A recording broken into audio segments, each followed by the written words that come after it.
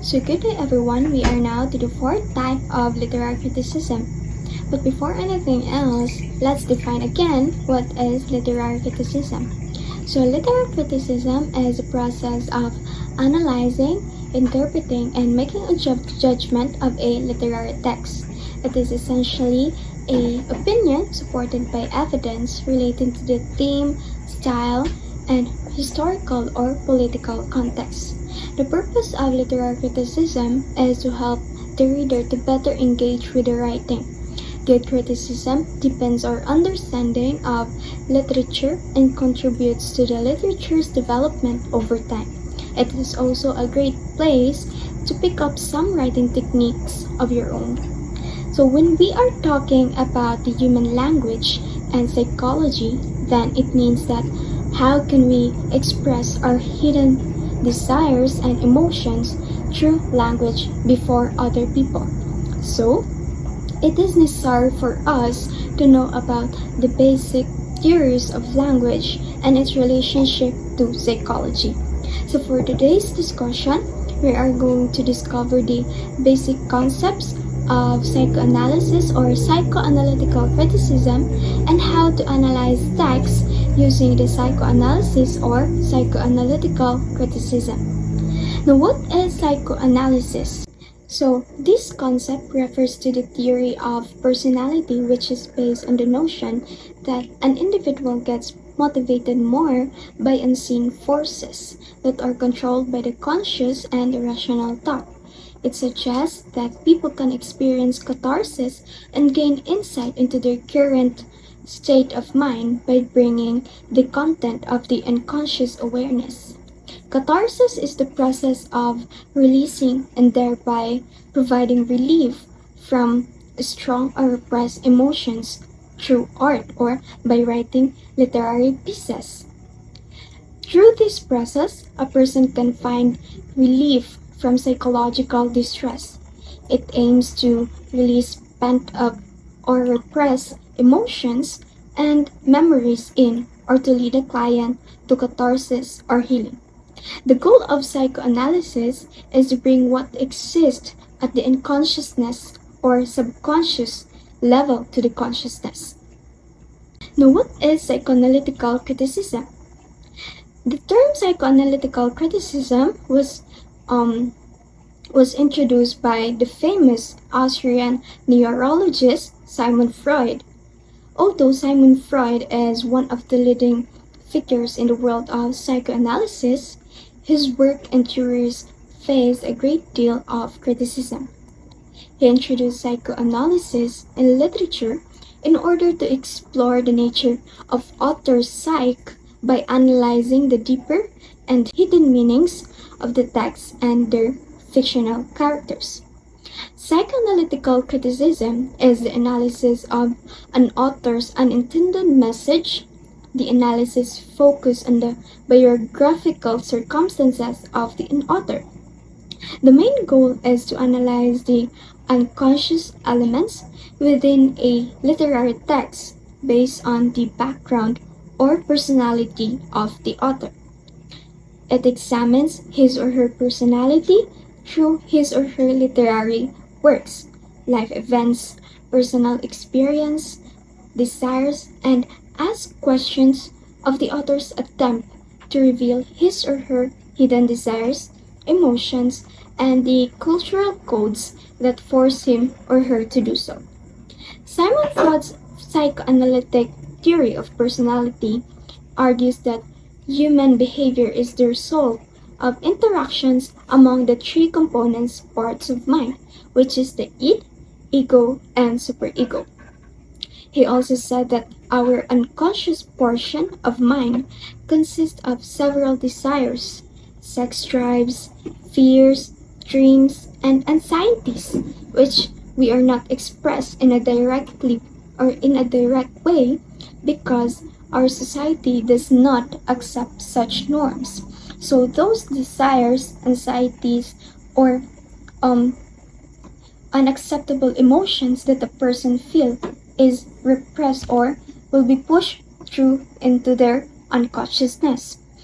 Though Freud denies this idea because he said that unsaid, hidden, and deeper feelings, emotions, can be revealed through language and its different varieties. So meaning those repressed emotions that was stored in the unconsciousness can be revealed through writing or through language. That is why the authors can create their literary pieces. Thus, the creation of literary works that reflect the unconscious desires, works, and lives of the authors. So for us to better understand the functions of the three components of mind and psychoanalytic criticism, let's have our next reporter, Ms. Jandal Acharan. Okay, so now we're going to talk about how our minds work and how that can help us to understand in the characters and the different stories. So, as what Miss Tracy Panatikan said earlier, that Sigmund Freud is a psychologist where he came up with the theory that the mind or our mind has three parts, which is the id, the ego, and the superego. So by understanding these three parts, we can easily analyze how people and the characters act in stories. So the three components of minds. So first is the id. So id is one of the most important parts of the human personality based on the primitive impulses like hunger, thirst, the desire of gratification, and anger. So directly related to the pleasure principle. So id is like the part of us that we want the things immediately, like for example food, or when we're hungry, getting angry, we don't get what we want. So it is only cares about feeling good within ourselves right away. So like for example, let's imagine in a story, the character in the story is a person who steals food because they're really hungry, so they don't think about the consequences of what they did, but they just want to feel themselves to be better. So that's their id and action. Next is the ego. So ego is the logical and the conscious part of the mind, which is associated with the reality principle. So this means it balances the demands of id and superego in the context of real life situations. So ego is the logical part of our mind. So it helps us to balance the wants of the id and what's actually possible or acceptable. So the ego, it helps us to figure out how to get what we want in a smart way. So like for example, imagine a character in a story that might really want to steal the food, which is the id, but instead the character decide to ask for it or earn money to buy it. So the ego is making them think about the consequences and find a better way to satisfy their needs. So that is the ego.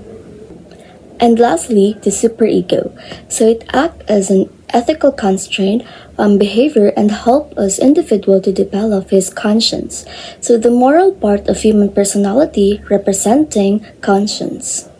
So superego, so it is like your conscience, so or the voice inside your head, or that tells you or that tells us what's right or wrong. So it's influenced by the rules and values we've learned from our society or maybe our parents or religion. So like for example in the story, imagine that the characters who feel guilty about, let's say, lying to a friend. So the guilt is their superego telling them that it was wrong. So they might apologize because their superego is guiding them to do the right thing. So that is superego. So the next we're going to talk about is the levels of mind. So we have three levels of minds, which is the conscious mind, the subconscious, and the unconscious mind. So first, let us discuss the conscious mind. So what is conscious mind? So conscious mind is the part of the mind that interacts with the outside world. So it is the decisions we make and the actual thinking we do. So this is what we are aware of and thinking about right now. So it's what we are doing and saying on purpose. So for example, in a story, a character choosing to confront someone about a problem is what we call conscious. So they are aware of what they are doing and making or doing a choice. So that is conscious. So next is the subconscious. So it's the stuff from which dreams are made. So we can consider it as the storehouse of all remembered experiences, impressions that are left on the mind by such experiences. So the subconscious mind, this is the part of mind that stores memories, experiences, and emotions that we are not thinking about all the time, but still it affects us. So it also where dreams come from. So lastly, the unconscious mind. So it's made of the impulses and instincts that dictate our behavior without us knowing about it. So unconscious mind, in this part of mind, it holds a deep instinct and desires that we are not aware of. Sometimes we just act based on this without knowing why. So the example is, it could be unconscious when we are reacting to something from their past. Let's just say, for example, their childhood experiences that they don't even remember. So that is part of the unconscious mind. Literary texts like dreams that expresses the secret unconscious desires and the anxieties of the author. So the literary work, or that a literary work is a manifestation of the author's own neuroses. So the author's old childhood traumas, family life, sexual conflicts, fixation, and such will be traceable within the behavior of the characters in a literary work. So in an application of literary text, when a writer or the author creates the character, they might put their own hidden feelings and desires into the story, even if they don't realize it. So this could be include things like fears, unresolved problems from the childhoods, or their personal struggles. So let's just say an author who had a difficult relationship with their parents. So the author here might create a character who have conflicts with the authority figures. So the character's struggles could reflect the author's own inner feelings. So that is in the application of the literary text. So just like dreams that expresses the secret unconscious desires of and anxiety of the author. So all characters are projections of the author's psyche. So by using this Sigmund Freud's idea about the mind, we can better understand why the characters act the way they do in the stories. And just like us, their actions can be shaped by their desires. So this gives us a deeper insights into both the characters and the authors who create them. So that is the ideas about our minds on the characters' minds in the story. So that's all. Now let's welcome the next reporter, Ms. Kyla Subade. Thank you. Now, let's explore how to analyze text using psychoanalytic criticism. The job of the psychoanalytical critic is to see which concepts are operating the text that will yield a meaningful psychoanalytic interpretation. The following guidelines are: analyze the author's life, analyze the thematic content, the motivations of the characters and the narrators, and lastly, the artistic construction. Let me guide you through several steps when analyzing an author's life if your teacher instructed you to examine a short story or a poem. Simply reading and understanding the text is not the only way to better understand the story. However, looking further into the author's life allows us to broaden our perspectives. Also, to learn how the author's motivations and intentions as they write the text, and how the author's life affect his or her works. First, conduct some research on the following aspects of the author's biography that can be found on the internet, including the childhood, family history, major life events, and personal relationships. Also, we can look closely at his or her documented past experiences. If the author is having psychological issues and other details we can find. And remember to fact check all of the information you have gathered. Next, examine the themes, symbols, and motifs in the author's works. Pay attention to the patterns and details since they often mirror the author's personal experiences. This would help you objectively understand the story's backgrounds and other aspects. Next is analyzing the text. You need to analyze the characters, plot, and narrative structure to uncover underlying psychological themes. We can apply psychoanalytic theories from Freud, Jung, Lacan, and other psychoanalytic critics. Consider concepts like Oedipus complex and the unconscious, dream analysis, and archetypes. If we already have insights or findings in mind after analyzing the text, I advise everyone to read the text as many times as you can to better understand deeply the flow of the text. By connecting psychological insights from the author's biography to the themes and characters in their works, it helps us illustrate how personal experiences influence the writing. Furthermore, look closely to the historical and cultural context of the author to provide additional information that will help us explain the external influences in the author's psychological state or motivations. Finally, we need to combine the findings and evidence to know how the personal experiences and psychological state of the author are connected in their work. Second, analyzing the thematic content and motivation of the characters and the narrator using psychoanalytic criticism involves several steps. One of the important steps in analyzing the thematic content and motivations of the character and the narrator is understanding who are the main characters in the narrator in the story. You need to identify who are they.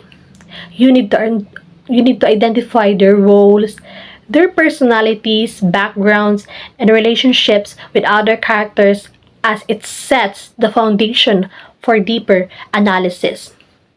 But first, you need to read the text truly as many times as you want. Until you fully grasp its plot and its characters, you may jot down your initial thoughts on your notes. Afterward, it is essential to examine the actions and decisions of the characters by looking up the internal conflict within the characters. This could be fears, desires, or unresolved issues from their past. Aside from that, we need to also consider the following elements when analyzing characters, like dreams, fantasies, and other symbolic actions. These elements can provide insight into the unconscious mind of the characters. And these elements often reflect repressed desires and unresolved conflicts. However, observing these elements can provide clues. Sometimes, the author's psychological state can influence the themes and characters in their work. When analyzing a text, we need also to consider the narrator's biography. Understanding the author's background can provide additional insights into the thematic content and character's motivation. In some accounts, the narrator's biases, reliability, and psychological state can shape the narrative and influence the reader's interpretation. By following these steps, you can gain a comprehensive understanding of how the thematic content and the motivations of the characters and the narrator are influenced by psychological factors. Lastly, there are several ways to analyze the artistic construction of the text using psychoanalytic criticism. And it involves examining how the text form and structure reflect the unconscious mind of the characters and narrator. The first step is we need to identify the structure of the text.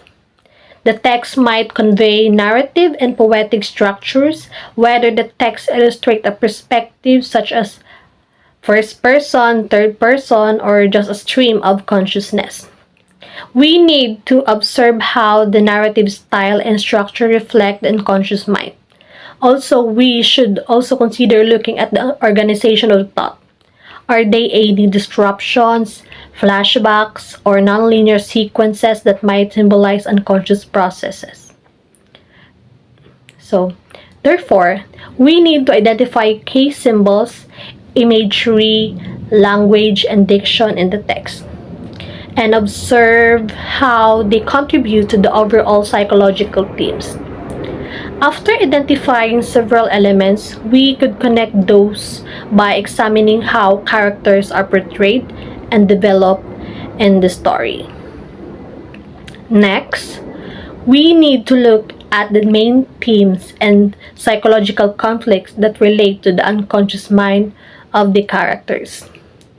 After you gather all of the information and important details, by truly analyzing the text, you can contextualize your observation based on the actions of the characters in the author's mind. And we could connect this with psychoanalytic theory. It might be connected to Freudian concepts such as id, ego, and superego to understand the text's psychological dimensions. Analyzing the artistic construction can also provide insights into the characters and author's own psychological state and creative process, as well as it can make your reading and analyzing process more engaging. Now, let's explore the timelessness of the play entitled Hamlet by William Shakespeare with the use of psychoanalytic approach. So, let me share a brief summary of a play by William Shakespeare entitled Hamlet. The play starts with the ghost of King Hamlet telling his son, Prince Hamlet, that he was murdered by his brother Claudius. Claudius has now become the king and marries Hamlet's mother, Gertrude. Driven by the need for revenge, Hamlet pretends to be mad, wrestles with the deep thoughts about life and death, and sets off a chain of tragic events that ends in a bloody finale. So, how to analyze the text entitled Hamlet by William Shakespeare using psychoanalytic approach? Let's apply what we have discussed earlier. Now, I will be sharing analysis of the author's life, the thematic content, and the artistic construction of the play. But first, let's get to know the William Shakespeare's life. Shakespeare was born in the year 1564 in Stratford-upon-Avon, England, and experienced both personal and professional victory and conflict.